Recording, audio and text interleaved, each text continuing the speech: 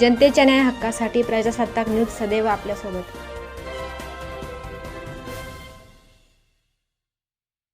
तासभर थांबल्यानंतर कुठेतरी तुम्ही आक्रमक झाले आणि त्यानंतर प्रशासन निवेदन घ्यायला आले. काय वाटतं या सगळ्या एक आमदार असताना तुम्हाला अशा समस्येला तोंड द्यावं लागतं? असं आहे की ही जी घटना बिबट्याच्या हल्ल्यामध्ये 6 वर्षाचा मुलाचा मृत्यू झाला, ही जी घटना आहे ही काय तालुक्यातली पहिली घटना नाही आहे. अशा अनेक घटना वारंवार घडत आहेत आणि तरीही वन खात्याच्या माध्यमातून ज्या पद्धतीचे संवेदनशीलता दाखवायला पाहिजे ती दाखवली जात नाही, म्हणून एक लोकांमध्ये रोष होता आणि त्या रोषातून आजचं हे आंदोलन होतं. हे काही कुठल्या राजकीय पक्षाचं आंदोलन नव्हतं. शेतकरी या आंदोलनाला सगळे आलेले होते, महिला मोठ्या संख्येने आल्या होत्या.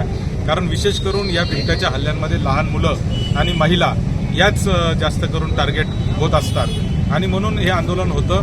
प्रांताधिकाऱ्यांचं असं म्हणणं होतं की निवेदन घ्यायला प्रांताधिकारी खाली येत नाही, अशी आजपर्यंतची प्रथा आहे, म्हणून ते येत नव्हते. परंतु माझी त्यांना विनंती अशी होती की त्या ज्या मुलावर ही घटना झाली त्याचे वडील इथं आलेले, ते संवेदनशीलता प्रशासनाने दाखवायला पाहिजे आणि अखेर ते तिथं आले. त्यांनी निवेदन घेतलं कारण ते शासनाचे आपल्या तालुक्यातले सगळ्यात मोठा अधिकारी कोण असतो तर प्रांताधिकारी असतो आणि म्हणून त्यांनी निवेदन घेतलं म्हणजे शासनाकडे पोहोचलं असं आमचं एक म्हणणं असतं. म्हणून एक त्या भावनेतून हा विषय झाला होता.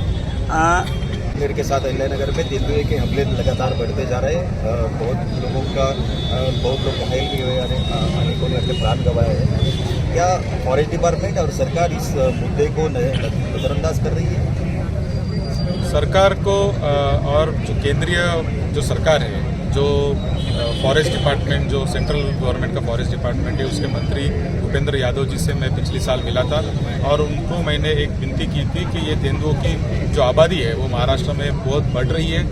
तेंदुओं जो है वो शेड्यूल 1 के प्राणी है, मतलब वो शेड्यूल 1 में उनको रखा गया है क्योंकि उसकी तादाद कम है पूरे हिंदुस्तान में. लेकिन महाराष्ट्र में और अहिल्यानगर डिस्ट्रिक्ट और बाकी जो हमारे यहाँ के पूना, नासिक वगैरह ज़िले हैं, यहाँ पे इसकी तादाद बहुत ज़्यादा बढ़ी हुई है. इसलिए इसकी नसबंदी करना एकमात्र उपाय हमारे सामने दिख रहा है और इसको अभी पायलट प्रोजेक्ट के तौर पे नसबंदी की जो इजाज़त है वो सेंट्रल मिनिस्ट्री ने दी हुई है.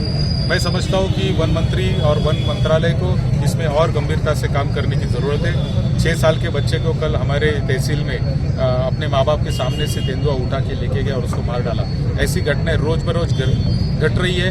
लोग अपने खेतों में जाने के लिए डर रहे, लोग घर से बाहर निकलने के लिए डर रहे और ये घबराहट अच्छी नहीं है. इसको मुझे लगता है कि उसको सरकार ने अच्छी तरह से संभालना चाहिए. आपल्या परिसरातील ताज्या घडामोडी पाहण्यासाठी आजच प्रजासत्ताक न्यूज 24 ला सबस्क्राईब करा आणि रहा अपडेट. तसेच लाईक अँड शेअर करायला विसरू नका. प्रजासत्ताक न्यूज सदैव आपल्यासोबत.